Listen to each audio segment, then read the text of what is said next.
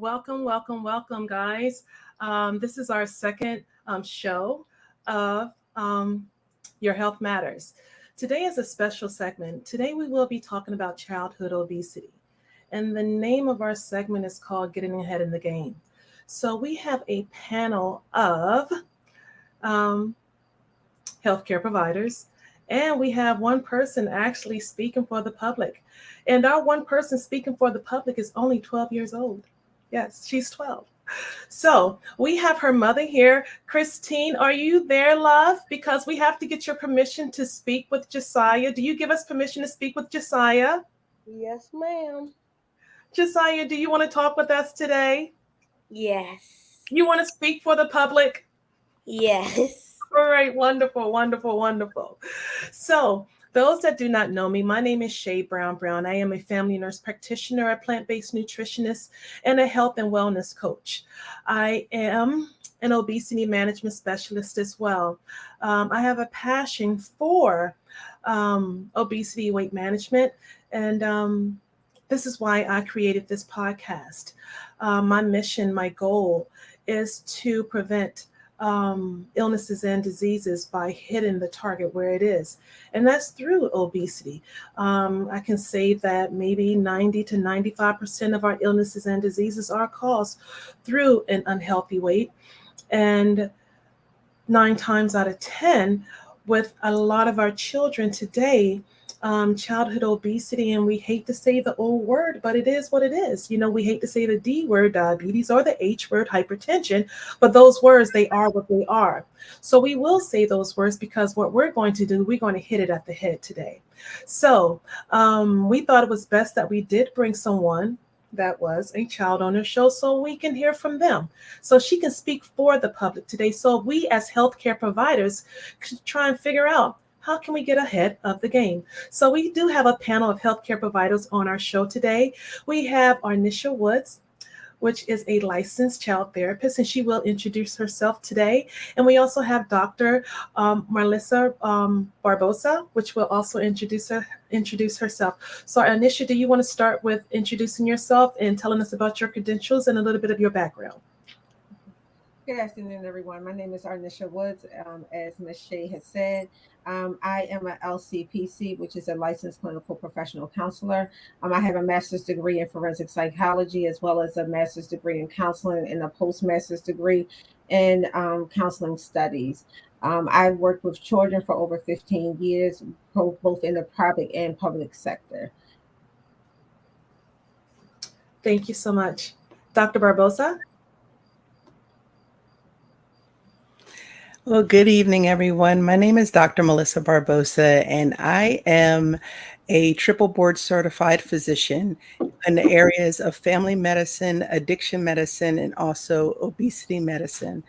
I practice right now outside of the Orlando, Florida area, but I also service patients in different areas of the country, including Virginia and Pennsylvania. So it is my pleasure to be here to have this discussion on this important topic of childhood obesity and to have the lovely public with us as well to be able to share her insights. And Josiah, do you want to introduce yourself, given your age, what grade you in, and do you have good grades in school? Yes, straight A's. My name is Josiah, and I'm in seventh grade. Good job.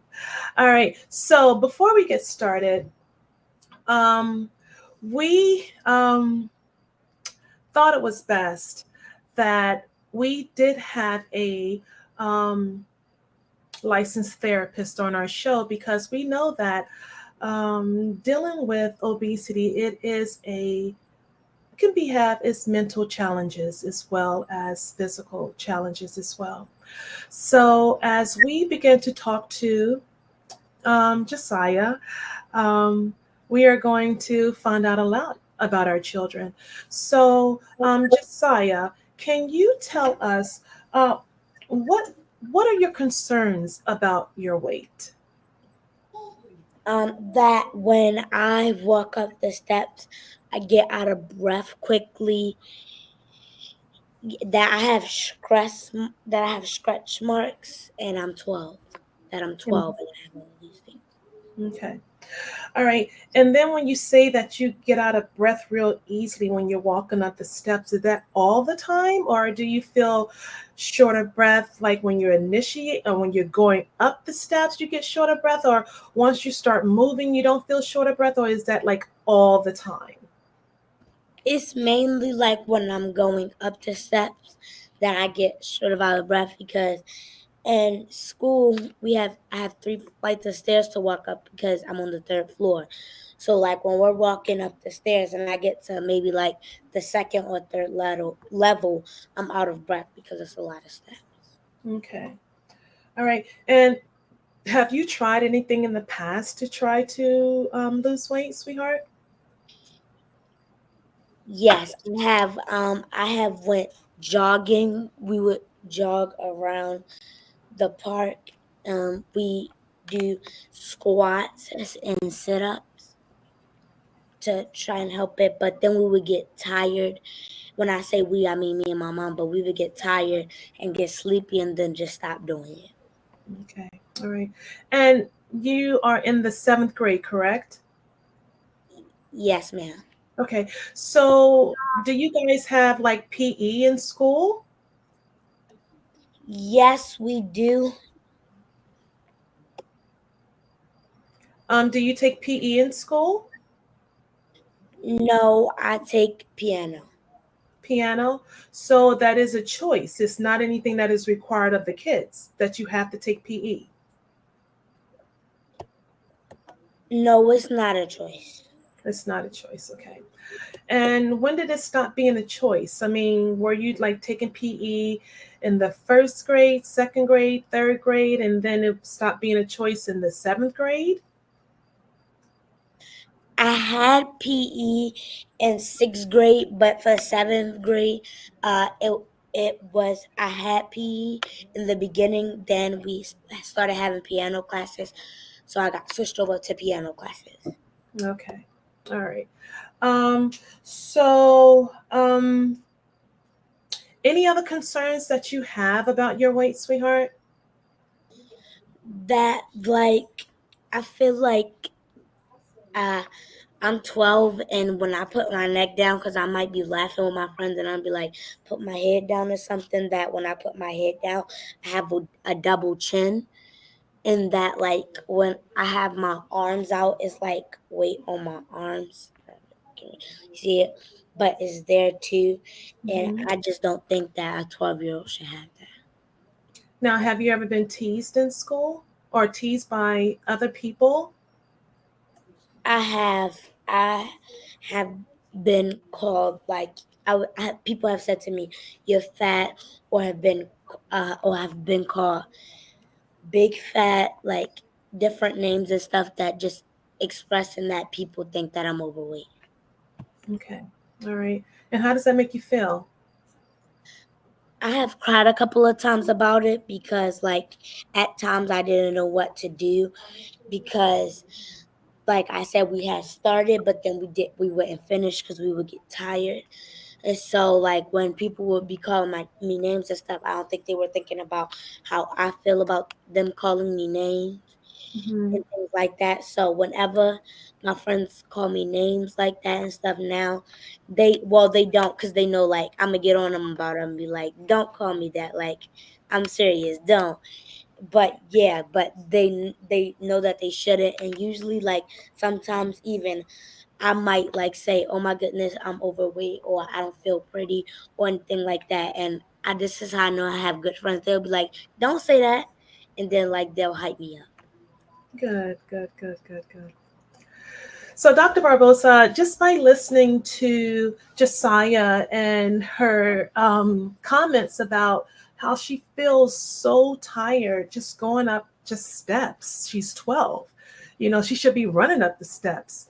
What are your comments about her giving out of breath at that early age, just going up the steps? And what are your thoughts about how she's at the age of 12? I mean, what is she at risk for? I mean, just being at that unhealthy weight, because it is a concern of hers. What are your thoughts? Well, first, just to talk about just the whole aspect of obesity. I know last week you touched upon the whole discussion of obesity as a disease. Mhm. And there's three components that make up the whole disease state of obesity. You have what is considered the physical response to obesity, which is just the mass of fat tissue that is there in the body. And from what Josiah was discussing, her becoming out of breath as she's walking up and down stairs, by virtue of the fact, just because she has the extra fat in her body, it can cause her to be winded when she does simple exercises. It could also lead to the asthma and things of that nature, just because of the amount of fat that is in subcutaneous fat that is in the body, which is subcutaneous, meaning under the skin. Mhm. And so it's mass and it's taking up space, which means the rib cage can't expand, the lungs can't expand, which is now leading to decreased capacity to take deep breaths. So these things are of concern. Now, the second aspect of things is the whole aspect of the fat tissue acting as an organ to express hormones. And because of that aspect, that can lead to what we know of as diabetes or abnormal lipids, meaning cholesterol issues within young people. We can also see premature development in young girls, or the whole aspect of menstrual irregularities because of the fat expressing these types of hormones. We also see that it can also delay puberty in boys as well. So these are some of the things that we're concerned about as far as what the fat can do. But then we have the psychological situation that comes with quality of life, which then deals with the whole aspect of how does it play on the mental health of the individual that's suffering from unhealthy weight.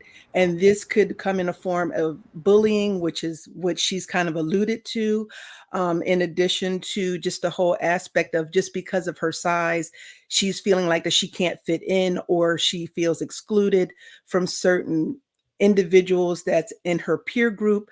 So then those things are responses to the obesity or to the unhealthy weight. So this is where we're seeing there's a trifold effect to the whole aspect of obesity as a disease, and why we are particularly of interest of helping to rectify this issue, particularly in young people.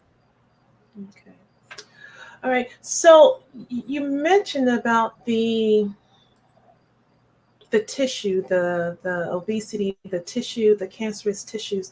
Can you elaborate on that a little bit? I think I heard you mention something about the endocrine system. Yes, yes. So the fat that's underneath the skin has the ability to express certain hormones such as estrogen. And because it's able to express estrogen, this is what leads to premature development in girls, especially when they're younger, where you start seeing breast tissue starting to come, or premature development of pubic hair and things of that nature in younger children. But when we also see the whole aspect of in boys when they're overweight, this estrogens is still active and is actually still proliferating, which then leads to the abnormal breast tissue that boys will form if they're overweight, which is gynecomastia. And we already know that studies have bared out that if there's an excess of estrogen in the system, particularly the studies were done in postmenopausal women, that it can lead to breast cancer. So this is something that we are concerned about with long-standing obesity in all ages, that cancer becomes a higher risk, whether it's breast cancer, colon cancer, or or pancreatic. We're looking at all these different aspects of things, how cancer can be an end result of long-term obesity. So let me get this straight. You're saying that men can get breast cancer. Well, yes. I mean, it's not an unfounded fact. This has been something that small percentages of men have been found to have breast cancer well before we started really talking about the obesity epidemic. And so understanding that there could be a predilection for a male to have breast cancer, we now really have to be of concern if it's an obese or unhealthy weight male, because we have to not only look at the family dynamics, whether or not whether or not first degree relatives had breast cancer in the family, but now also because of the excess of fat that's in the system, how this can also become a precursor to that as well. So, Josiah, listening to Dr. Barbosa talk about how boys that are overweight could develop um, breast cancer from having maybe too much tissue around their breast area. Um, can you see why it's important to maintain a healthy weight besides it being so much of a what we call a body image? Can you see why it's important? Yes, because that was a new fact to me. I did not know that males could get breast cancer. Um, but I see why that's important because if you build up too much tissue, like I see that if you build up like too much tissue, it could be unhealthy for you, or it could be like adding on extra weight, and so and it could be making you feel more heavy. Yeah. So as we listen to you talk about, kids teasing you and calling you those awful names, and when you come to the doctor, and I know that I'm new being your doctor now. Am I your new doctor now? Yes. Yes, I am. You know, um it's different, coming to the doctor now, because now having a doctor that says you need to lose weight than having a doctor that says I'm going to help you to lose weight. You see the difference, don't you? Right, like one is person is just telling you what to you need to do, and they're not really like giving you advice on how to do it. But you say like you give us different strategies of how we could lose weight. I'm in your business, aren't I? Yes. So we have another specialist on the line with us. Her name is Desiree Michaels. Okay, she is a teacher that works in the school system. And Mrs. Michaels, were you able to hear anything that Josiah said about the exercise that she was doing in school? How she is able to get, the PE that they have in school? Can you elaborate on how the kids are not having as a curriculum, how that should just, it should be something that is mandatory, like English, shouldn't it? Well, yes, it should Oh, I'm be. sorry. Can you introduce yourself? I do apologize. Okay, yes. Hi, I'm Desiree Michael, as Shay has alluded to. And I have about, if you include my own teaching of my own students, I have about 33 years of experience in education, 27 in the private and public sector, teaching K through 12. So I managed to go through every grade level because my interest was seeing how students process information. And one of the things that I specialized in was seeing that the way students are processing information and rapid cognition that goes on actually is correlated with weight gain and weight loss. And so there's, you can see some of this with gamers and high level gamers, sometimes the ones who are gaming and don't necessarily have a perfect diet, they are not always overweight because they're burning those calories as they're playing games. It's when they're eating a lot of junk food and they don't get up at all that can cause serious problems. But I did hear what Josiah was saying about her PE being basically an elective. And each school district, of course, has their own, how they set that up. And parents can go to the PTA, to, meetings with the school the individual schools and voice their concerns, and then they can go to the district level meetings when the district meets and the board meets, and determine whether or not a school should have an elective SPE or mandatory. And it's probably up to the students to voice more of what it is that they would like to have, because PE isn't necessarily physical engineering with all of the types of equipment that are out there. And Shane, because you specialize in this, students don't always have access to that at schools. So they could do some of the bike exercising, dance exercising. They don't always do all of those different variety of things. So it depends on how a PE teacher designs the curriculum and gives students options. So often kids don't enjoy it, and so they want to do something else. So, Arnisha, as you listen to Josiah talk about being teased in school, that plays on a child's mental, and I've seen her. I mean, looks like one of the most gentlest spirits that you ever did want to see. But, I mean, girlfriend, if you mess with her the wrong way, and like she can pack a nice little punch, but I don't think that she's like that. So, to avoid those type of activities, I mean, we always want to keep that BGM, present and keep the B settled. I mean, what would you say to a child like Josiah? Well, first, Josiah, thank you for sharing your thoughts and your feelings and your experiences, because it definitely is hard.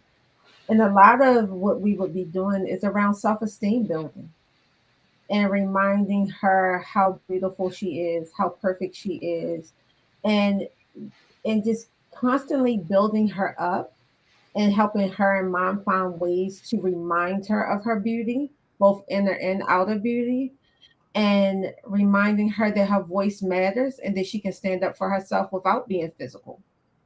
And we talked before the show had started, and I told her the only time she should ever put her head down is when she's tying her shoes. And so she can be firm and she can be serious and she can be confident and without fear. And also not being afraid to ask for help. Absolutely. Absolutely. So, I want to touch on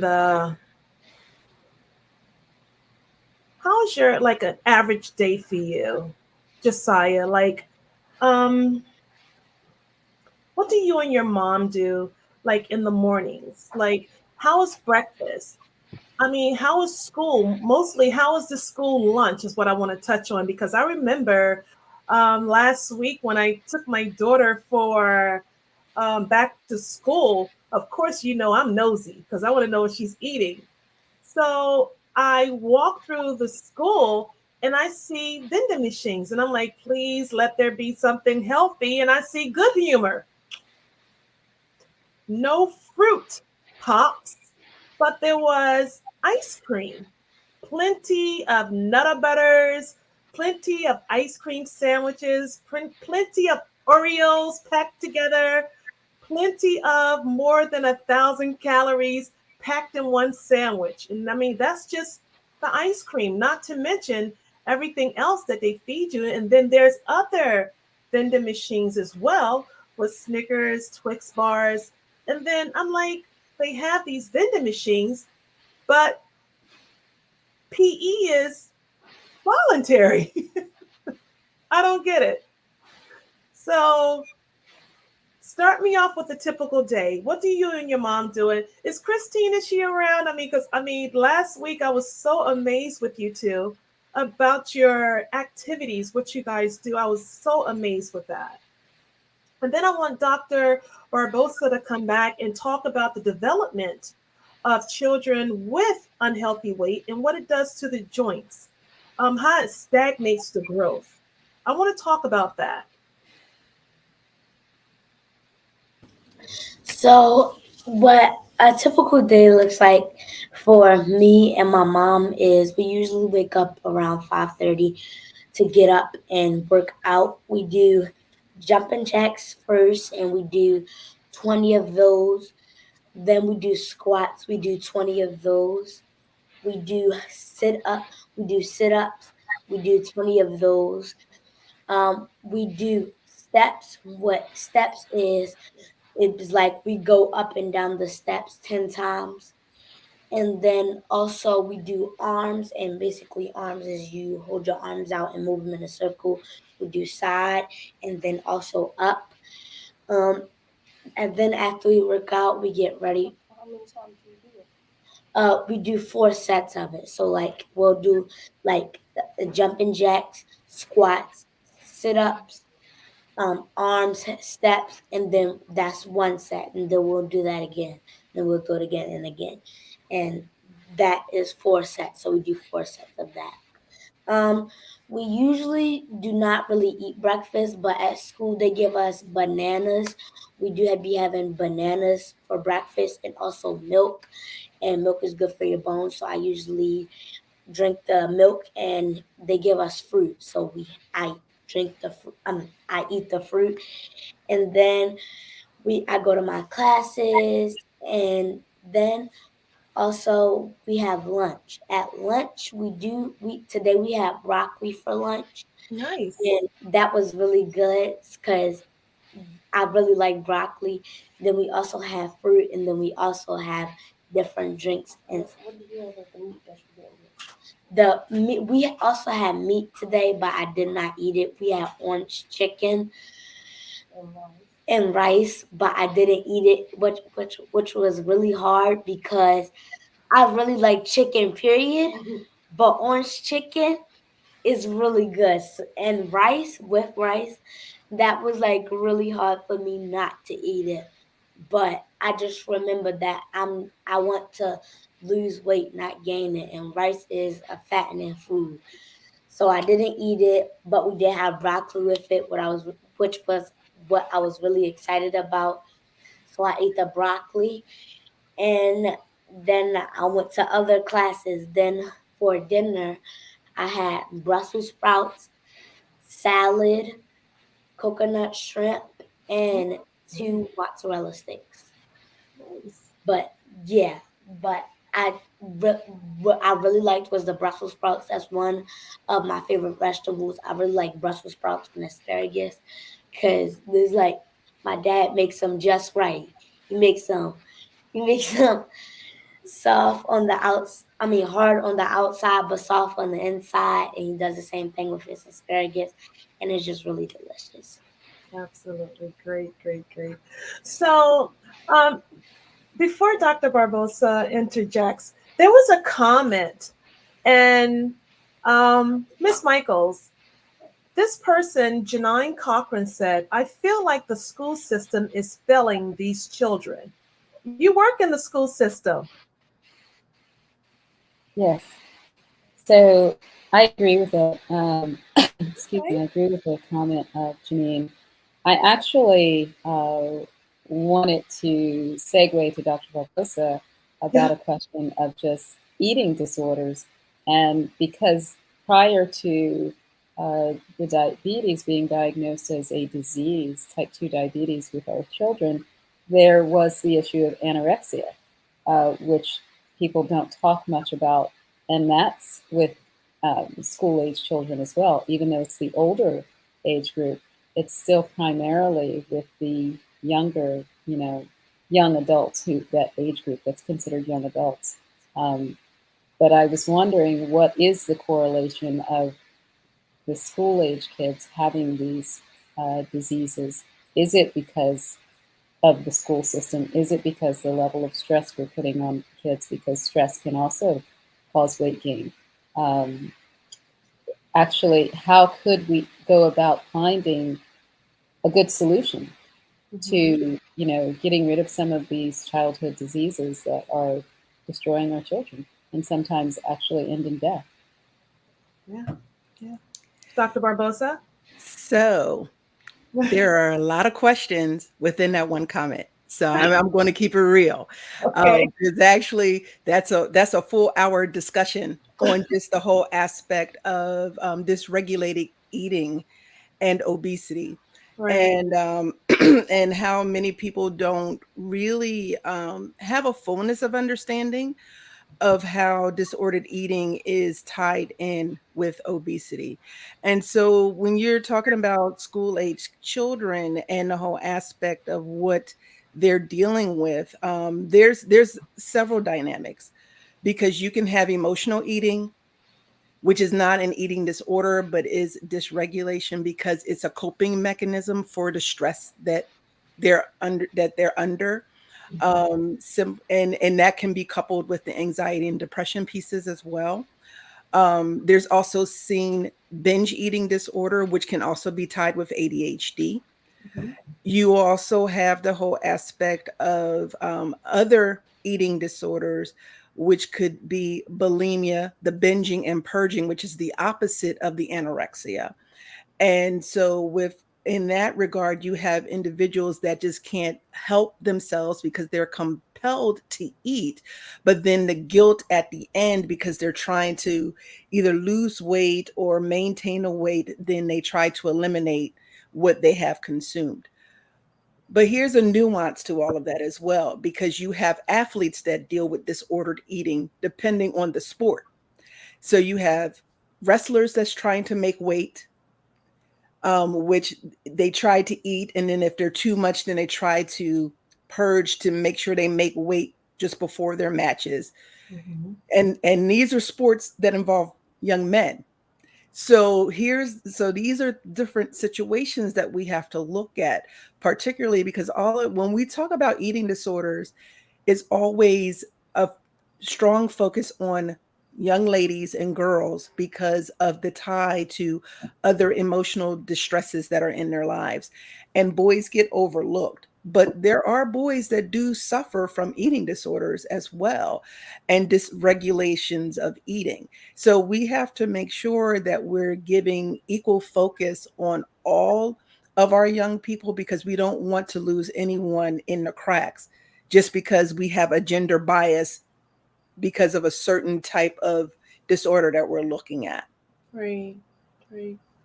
Um, Arnisha, this question is for you. Janine Cochran asks, how can we recognize a child that's in distress? Um, it varies from each child, really, right? But recognizing that our kids in general are under a lot of stress, Absolutely. and kind of just asking the questions, like making time and being very intentional about those conversations with your children. How was your day? How are your classes going? What is your class homework load looking like? Carving out time, talking about self-care, because we don't talk about it with our kids, especially in our community, right? Mhm. Like what is self-care for our kids? What does it look like, right? Taking a walk in the evenings with your kids and allowing them, because the universe has everything that we need, right? So going out and taking those walks, so they can decompress, giving them time to decompress in the evening and talk about what that looks like without the video games, without the television, just really just being in tune and asking those questions, and having those conversations around those topics so that they can be more comfortable with coming to us, because we're in a society that we believe that our kids always have to be busy, and it's not that's not true. And so we need to make sure that we're taking time and having that conversation. If they are isolating, not eating, sleeping a lot, all those things are signs that something is going on, that they're struggling with stress, time management, depression, anxiety, and things of that nature. So, this question is for all of our professionals on the panel here. In your experience, how can I phrase this? It appears, okay, quote, that the African American community has the most illnesses and diseases, but the least amount of resources. Uh, what are your thoughts about that? And what is their best defense? I mean, I could be wrong, but it appears that way. What are your thoughts, Dr. Barbosa? Yeah, I was going to say, did you want me to jump into the fray? Yes. Um, well, everything ties back to the basics, and that's having access to food. Mm. Okay. Ooh, there you go. So when we look at our communities, when we look at our neighborhoods, when we look at our urban centers, we are seeing a deficit of supermarkets that are able to supply the food resources that our people need. Depending on what area of the city that you live in, will dictate the affluency of supermarkets that are available for you to get healthy foods. It's not, and I can speak to this because I've lived in many different urban centers, and I have seen at this juncture how food deserts have been established in minority communities because the supermarkets have left. And when you have supermarkets that leave those communities, all you are left with are your corner stores, your bodegas, and Mm. other areas where limited resources are there. They may have maybe 5 or 6 produce available, period. And everything else that's available at those corner stores are processed, highly salt, highly basically food like substances, because that's what I call them, food like substances, because they're not food. And at the end of the day, they're high in sodium, they're high in sugar, they're high in fat, and all these things that satisfy the hedonistic part of us that want to have the sugar, the savory, the sweet, the salty, but then it doesn't help us health wise going forward. So, we all have, and I know we all have heard that it's too expensive to eat healthy, but Mhm. it's too expensive not to, That because part. we're making up for it in the healthcare expenses of paying for amputations. We're paying for Mhm. medications that we don't need. We're paying for it with the loss of eyesight. We're paying for being on dialysis. We're paying for it in every other way. So we can't afford not to have healthier food resources in our communities. And so, yeah, I'm going to leave it there. I'm going to stick a pin in it. So I'm going to let somebody else jump into the fray because this is a soapbox I could stay on all day. Because when you think about it, our lineage, how we came to be this people here in the United States, is because we were the ones that survived the Middle Passage because we were able to retain salt. We Absolutely. were that population that was able to retain salt and fluid that enabled us to survive the Middle Passage transport from Africa to here, which means we were already predisposed to high blood pressure. Mhm. And so this is our lineage. So unless we make changes now to change the future dynamic as we go forward, we're going to continue to be that population that's high in diabetes, high in blood pressure, high in cholesterol issues. We'll be the first ones to go down in a fight when it comes to our chronic kidney disease, being on dialysis, requiring transplantation, and probably, dying waiting for those things to become available to us.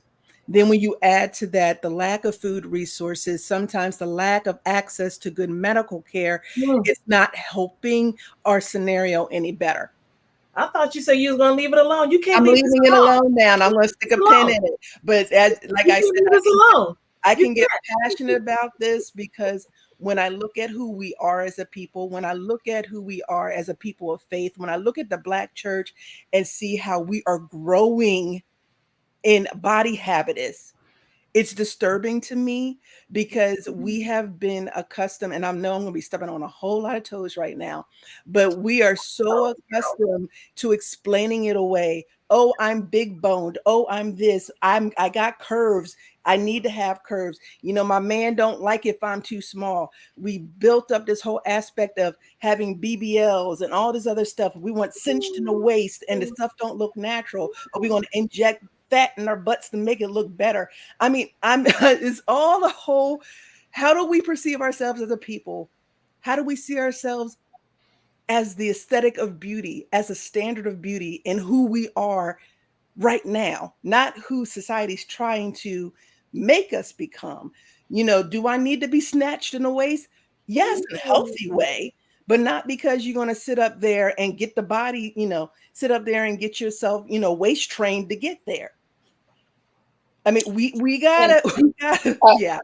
I'm gonna stick a pin in. I was going to jump in. I see an L, Okay, all right. Let's get some water now. Look, she's not going to stop. Before you two jump on, let me go to Josiah, because I'm like, I see Anisha and I see Desiree over there, Mrs. Michaels, and I'm like, they're antsy in the seat right now.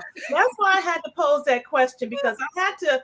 It appears, okay, but let me go to Josiah, because I'm gonna give you two a chance. We have 20 minutes still left in the show, okay?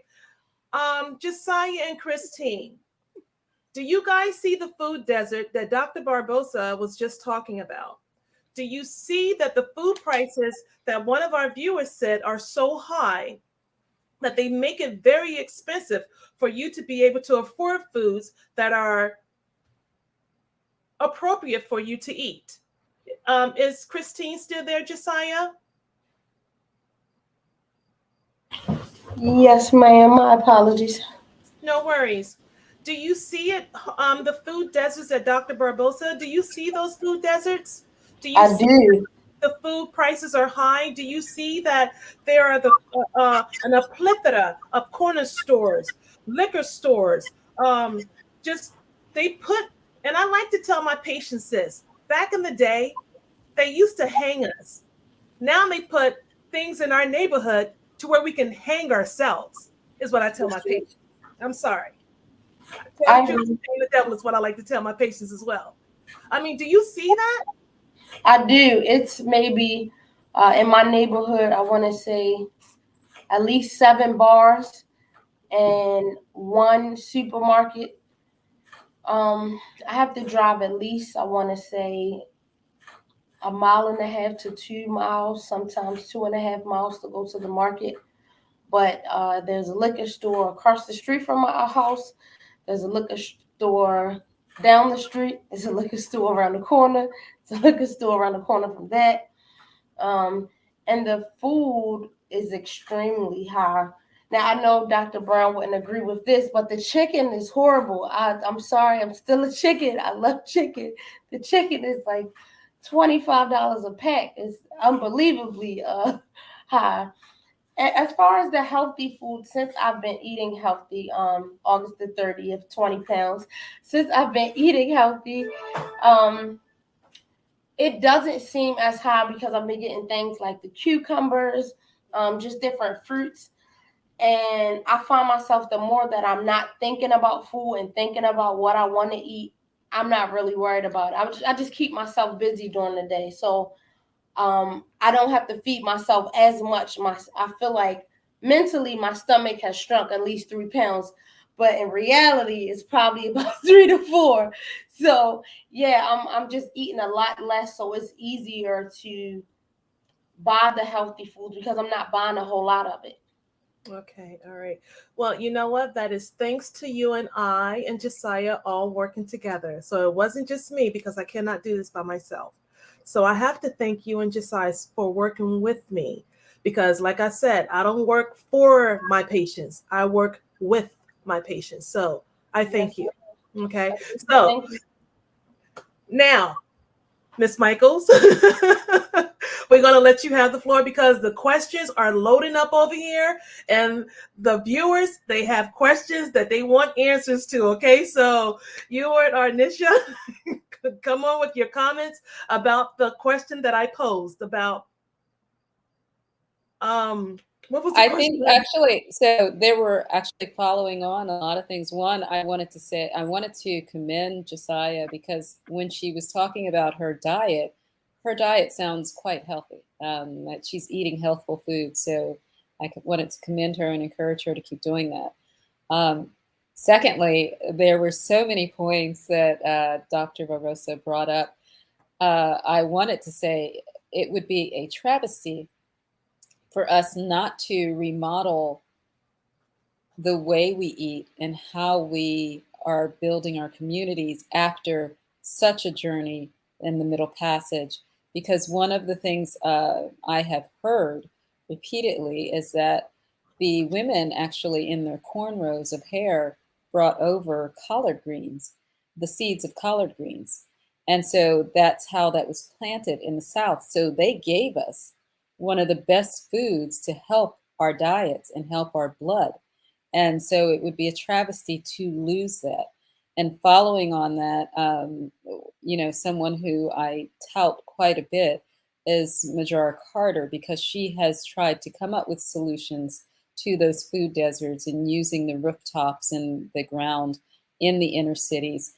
Detroit is doing a phenomenal job in rebuilding the community and going away from the grocery store. So I think it's really important to look at alternative models for how to get fresh fruits and positive diets to our communities. And one of your audience members stated an idea about going to, how about a school meal prep company in collaboration with school districts? And that follows on an idea that I had mentioned, and I mentioned it to a chef who cooks for Facebook. I've mentioned it to community members.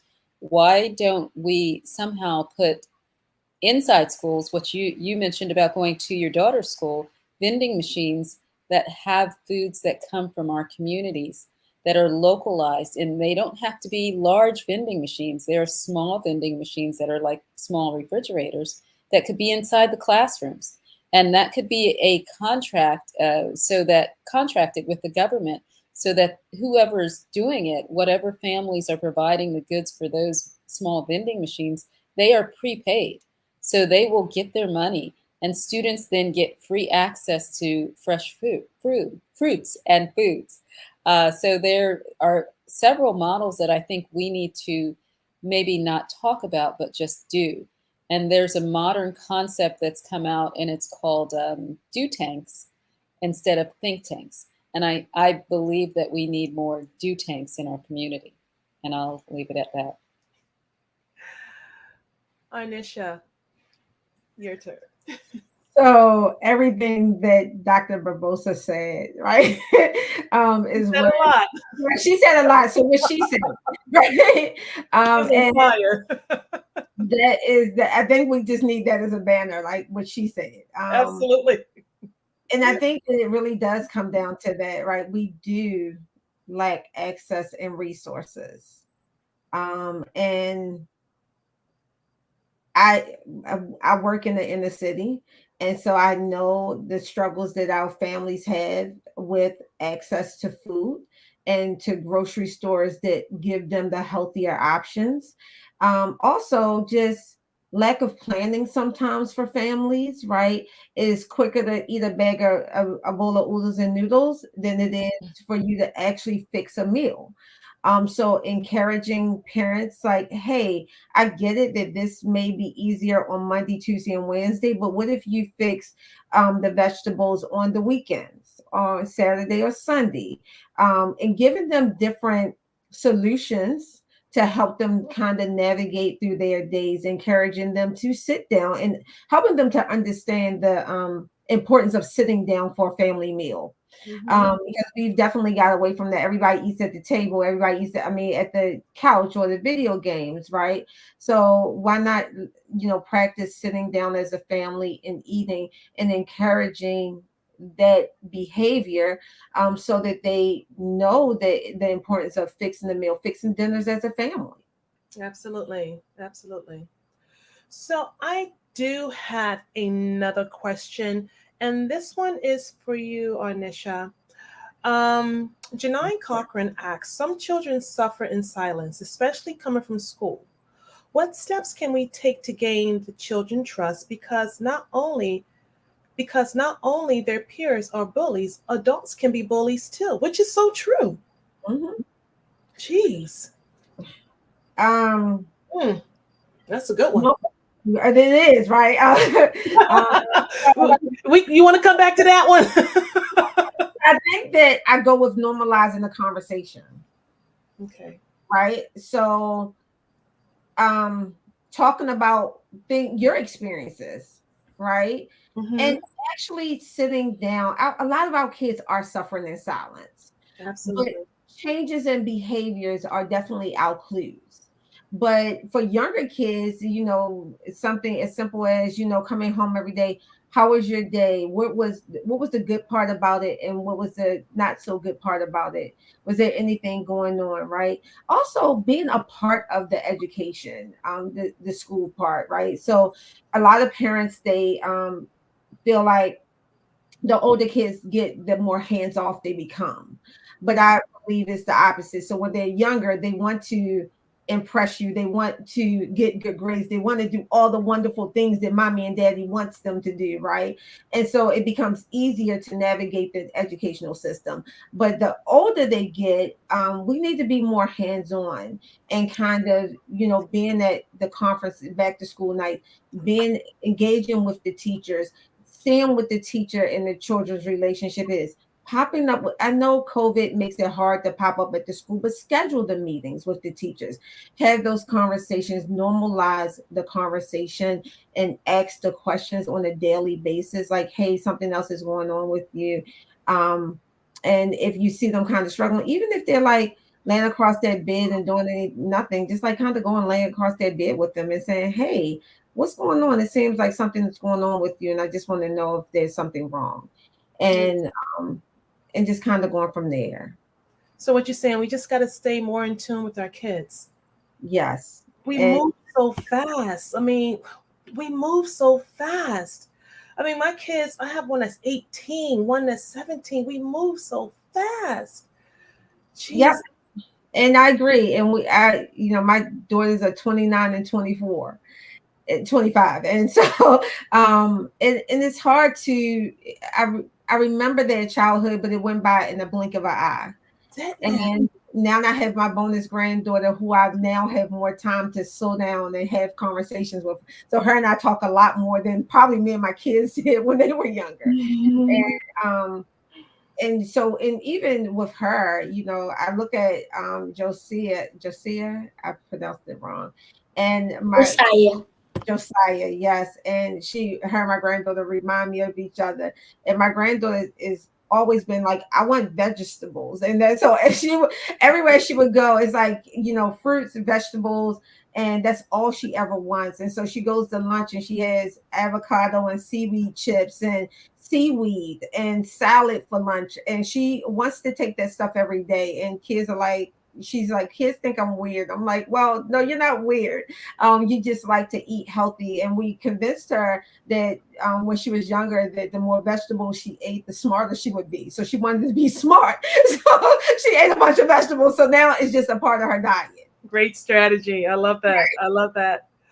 And So, the other side, just to add to the point here, the other thing that can be done is also having a tactical training for the adults within the schools, because right now we have sensitivity training, we have diversity, equity, and inclusion training. The next fight that we are right now dealing with is having the equal conversation around weight stigma, and a whole aspect of the discrimination against weight. And this is something that my colleagues and I that work in the area of obesity medicine are actively lobbying, so that there's equal rights across the board, so that people can't get fired because they're overweight, right. because that's happening right now. Oh, yeah. People being discriminated against because of their weight, insurance coverage they can't have because of their weight. You Yeah. have to pay for an extra seat if if your body habit is such that the airlines are entitled to say, well, you have to pay for an extra seat. because you spill over into the other seat.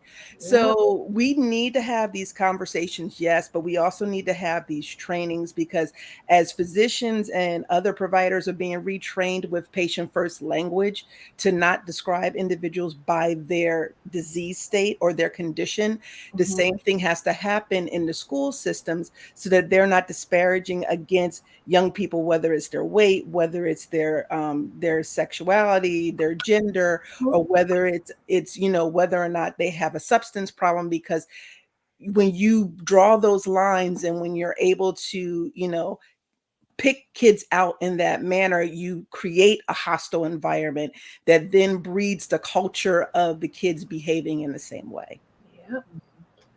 Yeah. Miss Michaels, did you want to comment on that?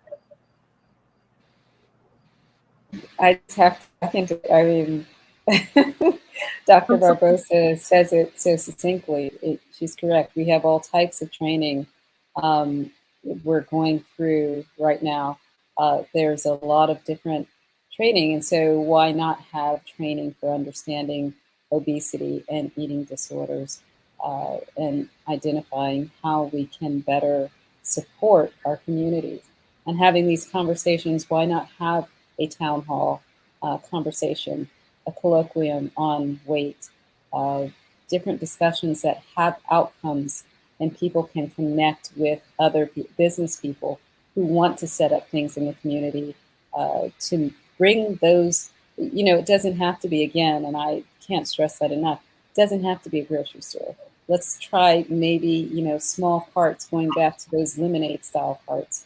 If we can have something where farmers and local farmers and produce, creators can get that food to the community, we can get it into the schools. Absolutely, absolutely.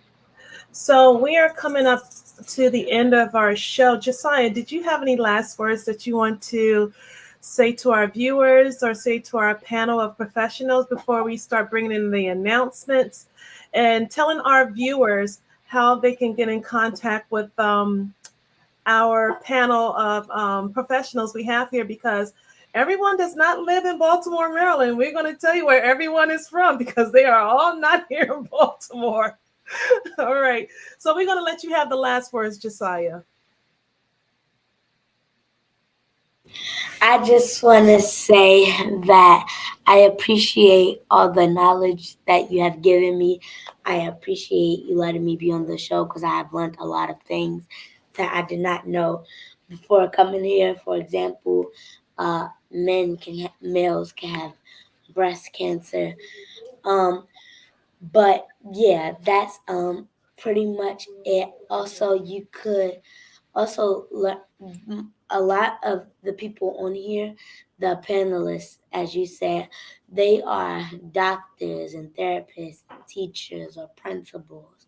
So it's really like people who you may have questions about. They're people who can answer them, because thank you, they're really people who can answer them, because you might say, like, for example, the question about, like, not only your friends may be bullied, but adults are too. You might have a question about that, and we have a person who can help you with school things you might have questions with. You also have a therapist. You might say, well, what if I'm going through this and I need help with this? Or you can ask questions about that. So one thing that my teachers tell me a lot, well, that everyone tells me a lot, that it's okay to ask questions. So if you have any questions, just ask. And we want to thank you, sweetheart, because we know it's not easy to talk about things that are personal, number one, and things that matter. Sometimes you just don't want to express those innermost feelings to people. But you were very brave today. And you did, with that most beautiful smile that I saw in the office. And we really, really, really appreciate you. And we hope that other children are watching this, and that they learn something from you, that they will be able to talk to their parents, they will be able to talk to their providers, and let them know what's going on, and not see their unhealthy weight as a bad thing, but something that they can work on with their But parents and with like their as a doctors. motivation. Absolutely. That's what I'm trying to say as a motivation to have a better quality of life. So when you're going up the steps, you're going to say, Dr. Brown, I went up these steps and I did not feel short of breath. That's when I'm going to say, yes, we did our job. Right? Right. Okay. So we have had a wonderful show today. Last week, this week, wonderful show. I do want to tell you guys next week we will be talking about prostate cancer. Why? Because September is Prostate Cancer Awareness Month. September is also Childhood Obesity Awareness Month. That's why I had to do this segment as well. Next week, we will have another panel of professionals, and I'm so excited. And we will have someone speaking for the public. So, if you know someone that has had prostate cancer or someone that may have had a scare with prostate cancer, please send them my way. I would love to have them on my show. Okay. Or if you know of a urologist that would love to be a panel on my show, please send them my way. I am taking all numbers. The more the merrier. I say each one, teach one. All right. We have here Dr. Barbosa. We're going to start with her, okay? And she is going to not introduce herself, but she is going to tell you how everyone can get in touch with her. And I am going to put all of her information down at the bottom of the screen. She's going to tell you guys where she is from. All right, Dr. Barbosa. Well, thank you again for having me. I thoroughly enjoyed this conversation, Josiah. I am thoroughly inspired by you, but I also know that you're going to go far. So keep up doing what you're doing and keep a good head on your shoulders because most definitely there is much success in your future. So as far as I'm concerned, I'm a Northeast girl. I'm originally from Philadelphia, but I'm a transplant in Florida now. So I work right outside of Orlando, the happiest place on earth. And so I have a micro practice here, empathic care centers, where I work with individuals in a telemedicine space. So I'm able to see my patients in the privacy of their own home. So it makes it easier for me to deliver care, to provide access for individuals that are in need of services, whether it's for weight management or for addiction purposes as well. So I am currently licensed in 3 states right now, Pennsylvania, Florida, and Virginia. So I'm available for anyone that would want to have a consult with me. I have my point of contact is through Facebook for my business page, which is Empathic Care Centers. Telephone number is 321-768-3405. And I also work with mindset coaching because before you can make a change, the mind has to be in the place to make that change. So I work with individuals, making sure that their mindset is in a good place before we launch into any program. And if anyone's interested in those services, I service anyone within the United States. So there's no boundaries when it comes to that. So if you want to work on mindset, change that thought pattern, make sure you're in a good headspace before you launch into whatever venture, then yes, please come and check me out also at Empathic Care Center. So blessings to all of you. This has been a wonderful evening. Thank you again for having me. Also, once this goes down, if anyone do not get all of her information, this information will stay on YouTube, okay? Only thing you have to do is go to YouTube and go to the search bar and type in SBB, that is Shay Brown Brown, FIT, FIT, the number 4, life, and you'll see obesity, childhood obesity, getting ahead of the game. And then you will see Dr. Barbosa information in the screen here. So if you don't get it now, it will be on YouTube. It will be on my Facebook. On my Facebook site as well, my business page, and it will be on my website. So I will put all that information in as well for you guys. But next we are going to go to Mrs. Arnisha. She is going to tell you how to get in contact with her and the services that she provides. Okay, Arnisha. Good evening again, everyone. So I am a licensed clinical therapist in Baltimore. I do have a profile on Psychology Today, where you can find me at, and all my information, including my contact information, is on there. I also work for outpatient mental health clinic in Baltimore City, called Transformation Health, where we provide services for clients who also have medical assistance. In my private practice, I right now only take self pay, and but I am able to do consults, and we can definitely link and see if there's anything I can provide you with. Josiah, in case nobody has told you lately, you are amazing.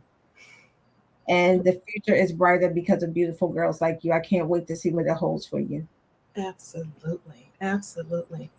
And Thank you so much. Mrs. Michaels is a teacher, but she has this beautiful magazine called Eyebrows. Mrs. Michaels, if there's any information that you would like to bring to the group here of how people may be able to contact you to tell them more about your magazines, anything that's upcoming, because I know a lot about you, and there's always something that is going on with you. What project are you working on now is my question. Actually, I'm just trying to get students to visit the kitchen of Facebook so that they can see the diversity of food and see how Facebook feeds its people, how the food is available to them at all times, and how conscious they are of having healthy employees. So maybe the students seeing that companies model health and food, they might actually have some influence to take back to schools. So I'm trying to get them to see that, because a lot of students don't realize, who don't have parents who work in the Googles, the Amazons, uh, the corporate world. They don't realize that a lot of these corporations feed the people, and the people go home with free food that's very helpful, and they don't have to worry about a lot of the problems and issues that we see in public schools. So the easiest way to get in touch with me, I think, is just going to my web page, which is DesireeMichael.com. And you can, there's a place to contact me, and that's the easiest way. It comes to my personal email, so I will get it that way. Um, and so I have no other projects that I'm doing, after school and working with after school programs. But I also put in the chat, I'm going to put in the chat, Reclaiming Your Community, the book by Majora Carter, and Detroit Farm City, which has a Facebook page, and it's a model of what's going on in Detroit in the inner cities. And, and some of the grants, food and nutrition grants, not No Kid Hungry is an organization that is working with making sure children get the proper foods. So I'll put that in the chat. Thank you. And again, yes, I have to second that with Josiah. It was a pleasure having her and listening to her speak, and Yes, everyone else. Thank you for Thank having you. did not pick the best kid for the show. Okay, so I do have a couple of announcements. This Saturday, SBB Fit for Life will be vending. So those that love my vegan food, I will be at the Charm City Live this Saturday, September 24th, from the hours of 12 to 7 at 102 North Gay Street at the War Memorial Plaza. There will be John B., the singer. Yes, the real John B. will be there. Who else will be there? Stokely will be there singing. Kelly Price will be there singing. Who else? They have a couple of other entertainers that will be there. So I'm hoping to see a lot of my friends and family come down to the War Memorial Plaza.